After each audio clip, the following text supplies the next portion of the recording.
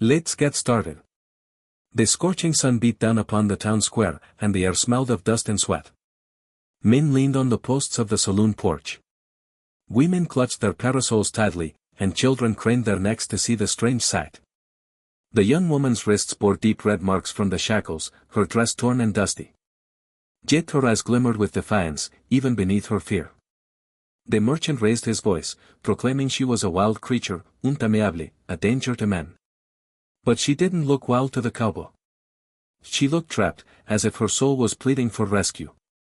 The cowboy's boots were planted firmly in the dirt, his body motionless, except for the slight twitch of his gloved fingers at his side. He had seen injustice before on the frontier, but never in such a public display. The crowd didn't see her suffering. They saw entertainment, a break from their long, hard days. His gaze didn't waver when the merchant yanked her chains roughly, causing her to stumble. She steadied herself with dignity, her breathing shallow. Then, when her eyes found his beneath the brim of his hat, something unspoken passed between them. Something no words could ever capture. The merchant barked for silence and demanded a bid, laughing as he pulled her closer for all to see. But his laughter died when she suddenly turned her head, ignoring the crowd, focusing only on the stranger in the weathered hat. Her lips barely moved, but her words carried more weight than any shout. "Please claim me," she whispered, as though she had chosen him alone from all the world. The cowboy felt the sound strike deep in his chest. It wasn't a plea for ownership. It was a plea for salvation, for dignity, for life itself. For a long moment, he didn't move. The crowd around him buzzed with anticipation, as though waiting for the entertainment to grow bloodier. He could feel their eyes pressing against him when they noticed her whisper. The merchant grinned wickedly, lifting the chain higher. "See," he boasted. "Even the beast begs for a master." The cowboy's jaw clenched, and beneath the silence of his stoicism, a storm began to churn. He shifted slightly, his shadow falling long across the dirt, and the woman's eyes followed every subtle movement he made, as if holding on to a fragile hope that he wouldn't turn away. The sound of a whip cracking split the air, sharp and merciless. The merchant snapped it close to her face, smirking as she flinched.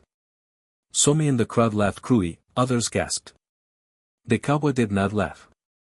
His hand hovered nearer to his belt, his thumb brushing the edge of the leather. "Alter." He had sworn once to stay out of trouble, to live quietly, but some voices couldn't be ignored, especially the whispered kind that carried the weight of 1,000 unspoken cries. He took a step forward, boots grinding against gravel, and the chatter around the square began to fade. The merchant narrowed his eyes as the cowboy approached. "You stranger," he sneered. "You look like you got no business here. Stay back unless you've got coin to pay." His words were venom, dripping with arrogance. The cowboy tilted his head slightly, still silent, and looked down at the woman kneeling in the dirt. Her breath trembled as she tried to hold herself upright. The crowd shifted uneasily, sensing something dangerous rising between the two men. She met his gaze again, and though her chains rattled as the merchant tugged them, her whispered plea lingered in the cowboy's mind like an unshakable echo. Another crack of the whip snapped the silence, this time grazing across the skin of her arm. She winced, but didn't cry out, and her resilience only deepened the fury in the cowboy's chest. His fingers finally closed around the grip of his revolver, not drawing it yet, but letting the weight steady his resolve. "Enough," he muttered, his voice low, but sharp enough to cut through the noise. The merchant blinked, caught off guard. The crowd hushed. That single word from the cowboy carried the weight of steel, like the warning growl of a wolf before it strikes. The woman's eyes widened, her lips parting as she realized he had spoken for her. Hope flickered in her expression, so fragile that it seemed as if a single gust of wind could extinguish it. The merchant barked a laugh, forcing his bravado. "Enough. This is my show, cowboy. These folks came for a lesson, and she's the example." He cracked the whip again, but this time the cowboy's hand rose, revolver drawn so swiftly that the gleam of metal caught the sunlight. The barrel leveled with the merchant's chest, and the crowd collectively inhaled, frozen in the charged silence. The chains rattled as the woman pulled back instinctively, startled by the sudden shift, but the cowboy's eyes softened as they flicked toward her, steady and unflinching. "You'll stop now," he said, his tone flat, but carrying a finality that left no room for negotiation. The merchant's grin faltered, sweat forming along his brow. He glanced at the restless crowd, then back at the revolver unwavering in the cowboy's grip. "They are seen too." Deacon, heavy with tension, every heartbeat echoing through the square. And through it all, the woman clung to his gaze, silently willing him not to abandon her. The cowboy lowered his revolver slightly, not as surrender, but as a silent promise to her. These would not end the way the merchant planned. The crowd began to murmur, whispers spreading like wildfire about the stranger willing to stand against cruelty. For the first time that day, the woman's lips curved into the faintest trace of a smile, weary but real. The cowboy shifted his stance, shoulders squared, half shadowing his face. To everyone else, he was just a man stepping into danger. But to her, in that single moment, he was something more, a lifeline in a world that had only ever shown her chains. The silence in the square grew thick, broken only by the faint clinking of loosened chains falling to the ground. The crowd stood frozen, unsure if they had just witnessed bravery or madness. The cowboy slid his revolver back into its holster with deliberate calm, never taking his eyes off the merchant. Dust swirled in the hot wind, curling around their boots, but neither man moved. The young woman pressed herself closer to his sleeve, trembling, but steady. For her, the nightmare was ending. For the cowboy, it had only just begun because he knew men like the merchant didn't forgive. The merchant's jaw worked in silent fury as he realized his grip on the show and the crowd had slipped away. He threatened, his eyes narrowing like a snake ready to strike. "You'll regret this, cowboy," he spat, voice loud enough for everyone to hear. But the threat lacked conviction. No one stepped forward to aid him. Not when the stranger's quiet confidence outshone his cruelty. The cowboy shifted, shielding the girl further, his stance calm but alert. "Regret comes to men who hide behind chains and whips," he said, his words carrying the steady rhythm of thunder rolling across plains. The crowd began to disperse slowly, whispering, their curiosity replaced by unease. They had come for spectacle, but found themselves in the middle of something more dangerous. A clash of wills that could stain the dirt red. Mothers pulled their children away, and men looked at each other nervously, sensing the fragile balance of power. The merchant tried to recover his swagger, stumping his boot into the ground. "She's worthless," he barked bitterly, pointing toward the girl.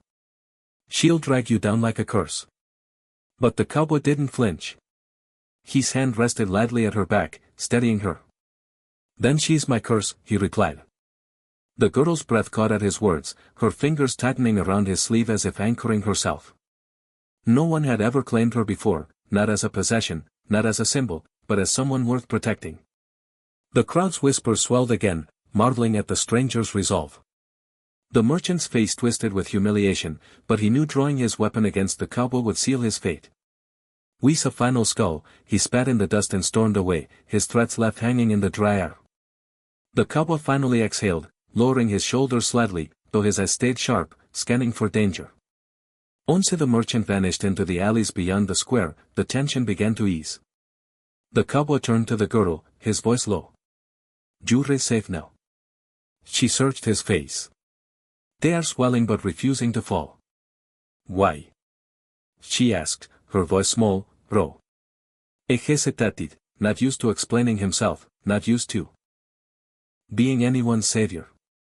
"Because you asked," he finally answered. It was the truth. Her whisper had stirred something he thought long buried and ached to stand for someone other than himself. She bowed her head, clutching the torn edges of her dress as though piecing together her dignity. The townsfolk lingered in small clusters, watching but keeping their distance.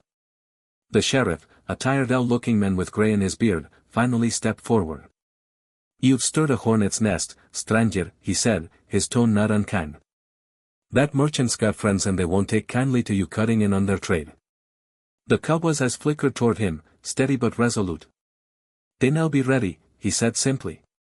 The sheriff studied him for a moment before nodding. "You'd know this town has a long memory." With that, he walked away, leaving the cowboy and the girl in the quiet that followed. The girl finally let the tears fall, not of weakness, but release. She wiped them quickly, embarrassed, but he shook his head. "Don't hide them," he said softly. She blinked, stunned that a man of his ruggedness could speak so gently. "What's your name?" he asked after a pause. Yada, she whispered. He nodded once. I'm Colt. Their names hung between them like a vow. She looked at him, unsure if this was rescue or another fleeting kindness.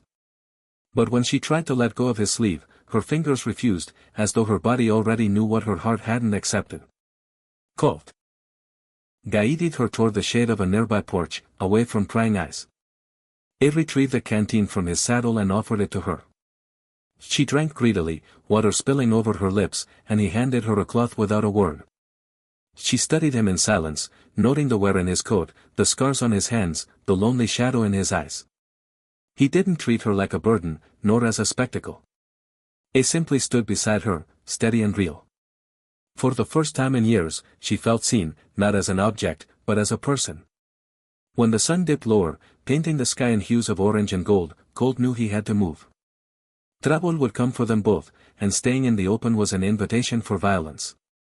We ride tonight, he said, his tone leaving no room for debate. Ada's heart raced. The idea of freedom was terrifying, but more terrifying was the thought of returning to chains. She nodded, trusting him, though every step forward was into the unknown. He placed his hat back firmly on his head, scanned the street one last time, and together they walked toward his horse. As she mounted behind him, her arms circling his waist hesitantly, she whispered once more, this time not of desperation, but of fragile trust. Thank you. The word was soft against his back, carried by the fading light. Colt didn't reply, not because he hadn't heard, but because words weren't strong enough. Instead, he gave her what he could. The promise of movement, of escape, of a chance at something beyond chains. The horse kicked up dust as they rode out of the square, two shadows against the burning horizon. In that moment, neither realized the journey had only just begun.